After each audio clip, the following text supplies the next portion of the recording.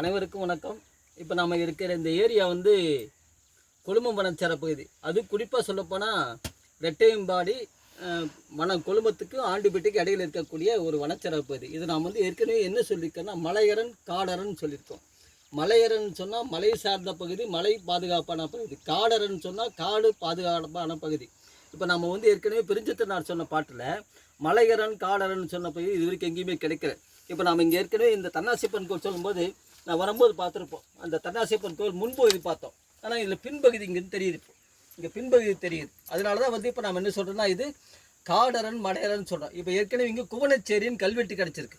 குவனச்சேரி கல்வெட்டு வந்து நம்ம ஐவர்மலையில் கிடச்சிருக்கு. ஐவர்மலையில் குவனச்சேரி கிடச்ச கல்வெட்டுக்கிறதுனால அந்த பக்கத்தில் குவனச்சேரின்னு இங்கே ஒரு சேரி பகுதி இந்த மாதிரி தெரியல. அதே ஒரு மக்கள் சேர்ந்து வாழக்கூடிய பகுதி எங்கேயுமே கிடைக்கல. இப்போ இங்கேருந்து பார்த்தா ஐவர்மலை தெரியுது. இங்கேருந்து கிட்டத்தட்ட பார்த்தா ஒரு 5 கிலோமீட்டரில் ஐவர்மலை தெரியுது. அப்படி ஜூம் பண்ணிக்கும் ஐவர்மலை தெரியுது. ஐவர்மலையிலேருந்து இங்கேருந்து இந்த பார்த்தீங்கன்னா உங்களுக்கு ஐவர்மலைக்கு இதுக்கு இடம் தெரியுது. அதனால இதை வந்து நம்ம குவனச்சேரின்னு சொல்கிறது. குவனச்சேரின்னு சொல்கிறது மலையரன் காடரன் சொல்லுவோம். வரும்போது பார்த்தோம்னா இவ்வளவு பிளேஸ் இருக்கான்னு நமக்கு தெரியாது. முன்னாடி பார்த்தோம்னா பெரிய மலை மாதிரி தெரியுது. ஆனால் உள்ளே வந்து பார்த்தா இவ்வளோ பெரிய காடு இருக்குது. இந்த காடு இங்கே தொடங்கி கிட்டத்தட்ட இதுலேருந்து ஒரு 3 கிலோமீட்டர் போகுது. இந்த மலைப்பகுதியோட காடு பகுதிங்கிறது இங்கேருந்து 3 கிலோமீட்டர் மேலே போகுது. அதே போல் இந்த மலைப்பகுதிங்கிறது இது கிட்டத்தட்ட 1/2 கிலோமீட்டர் இருக்குது. இதுக்கு திரும்பவும் நாம் போனோம்னா திரும்பவும் 2 கிலோமீட்டர் அந்த பக்கம் தாண்டி போகுது. இந்த மலைப்பகுதி காட்டுப்பகுதி, மலைப்பகுதி காட்டுப்பகுதி, திரும்பவும் மலைப்பகுதி. இப்போ 3 காடு 3 மலை இருக்குது. இடையில நாம் இருக்கோம். இந்த பகுதிங்கிறது இடையில இருக்குது. இந்த வட்டார வகை இந்த பகுதி என்ன சொல்கிறாங்கன்னா பாண்டியராஜா மடம்னு சொல்கிறாங்க. பாண்டியராஜா மடம்னு சொல்கிறாங்க. இது வட்டார வழக்கு நம்ம ஏன் அதை கேட்கணும்னா ராஜாங்கிற சொல் இருக்குது.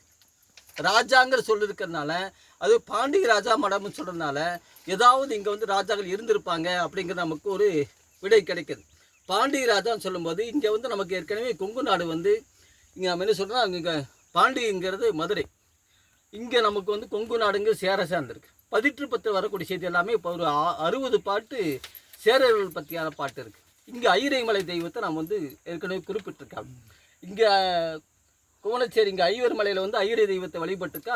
சேரன் செங்குட்டோட வம்சாவளிகள் கொடிவெளிகள் வந்து இங்கே இருந்ததுக்காகவும் பதிவுகள் கிடச்சிருக்கு.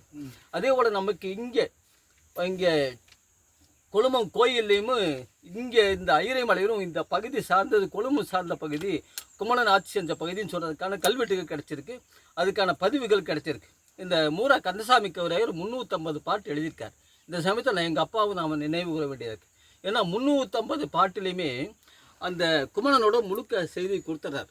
ஆனால் இங்கே நமக்கு இந்த சங்கிலிக்கிய பாடலில் 158, 59, 60, 61, 62, 63, 64 இந்த 8 பாட்டில் நமக்கு கிடைச்ச பகுதி குமணன்கிறவன் ஒரு ஆட்சி செய்தான்.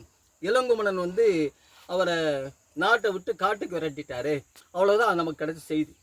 பெருந்தலை சாத்தனாரும் பெருஞ்சித்தனாரும் வந்து அவரை வந்து பாட்டு பாடி அவரோட புகழ் பேசி காசு வாங்கிட்டு பரிசு வாங்கிட்டு போனாங்க செய்தி நமக்கு இருக்கே தவிர இளவெளிமான்கிட்ட போயிருக்க. அப்படி இளவெளிமான் வந்து உரிய பரிசு தராதனால குமணன்கிட்ட வந்து யானையில் பரிசு வாங்கிட்டு போய் இளவெளிமானுக்கு அந்த காவல் மரத்தில் கட்டி வச்சு காட்டுறதுக்காகவும் செய்தியில் கிடைச்சிருக்கு.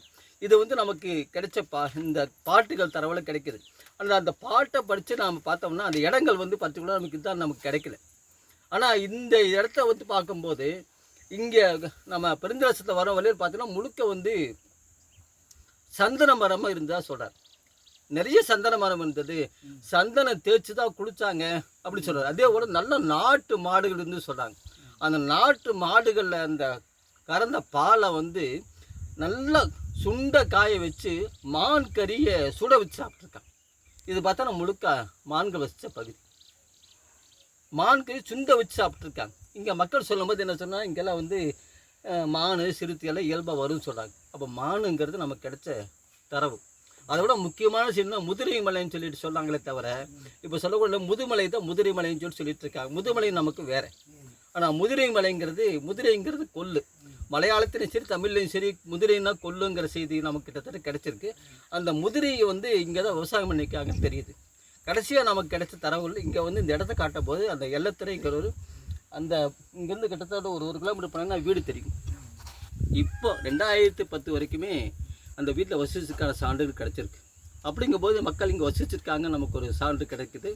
அதே போல் இங்கே வந்து விவசாயம் பண்ணியிருக்காங்கன்னு சான்று கிடைக்குது. இங்கேயும் அந்த பயிர் அடுத்த பயிர் நான் பார்க்க போகிறோம். அவங்களும் சொல்கிறாங்க என்னென்னா இங்கே வந்து கொள்ளு வந்து மானாவாரி பயிராக வருங்க, அதை வந்து நாங்கள் நான் வந்து தண்ணியெல்லாம் விட வேண்டியது அதான் வரும்னு சொல்கிறாங்க. இங்கேருந்து 5 கிலோமீட்டர் வரைக்கும் இந்த காடு வந்து கிட்டத்தட்ட ஒரு 15-20 ஏக்கரா சொல்கிறாங்க. இந்த பகுதி அடுத்த பகுதி போனோம்னா கிட்டத்தட்ட 250 ஏக்கரா அடுத்த மலைப்பகுதி. அது வந்து முழுக்க காடு பகுதி தான். அது குறிஞ்சி நிலமும் முல்லை நிலமும் கலந்த பகுதியாக இருக்குது. இங்கே முழுக்க வந்து முதிரை அந்த கொள்ளு விவசாயம் நடந்திருக்கு. இந்த மலைப்பகுதி ஏறினா அங்கேயும் கொள்ளு விவசாயம் நடந்திருக்கு. இதெல்லாம் வச்சு பார்க்கும்போது இதுதான் முதிரை மலைன்னு உறுதியாக தெரியுது. முதிரை மலை அரசன் தான் நமக்கு கிடைச்ச குமணன் அப்படின்னு சொல்லிட்டு குமணன் சொல்லும்போது முதிரை மலை தலைவன் அப்படின்னு தான் சொல்கிறாங்க.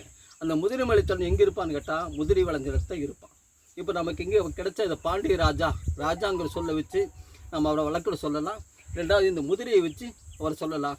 இப்போ இருக்கிற தரவுகளாக வச்சு நமக்கு பார்க்கும்போது இங்கே சுற்று வட்டார தரவுகளாக கிடச்சி பார்க்கும்போது இது வந்து முதிரை மலை தலைவனாகவும் குமணன் ஆட்சி செஞ்ச பகுதியாகவும் குமணன் வாழ்விட பகுதியாகவும் இதெல்லாமல் குடும்ப வரலாற்று ஆய்விடத்தின் சார்பாகவும் இன்றைக்கி களப்பணி வந்த முனைவர் விஜிலி சார்பாகவும் மதியழகன் சார்பாகவும் சிவா சார்பாகவும் மூர்த்தி மேடம் சார்பாகவும் கணேசன் எல்லாருக்கும் நன்றி தெரிவித்து இந்த ஒரு பதிவை அறிவுரைச்சிக்காகவும் நன்றி தெரிவித்து இந்த பதிவை தொடர்ந்து பண்ணுவோம். நன்றி.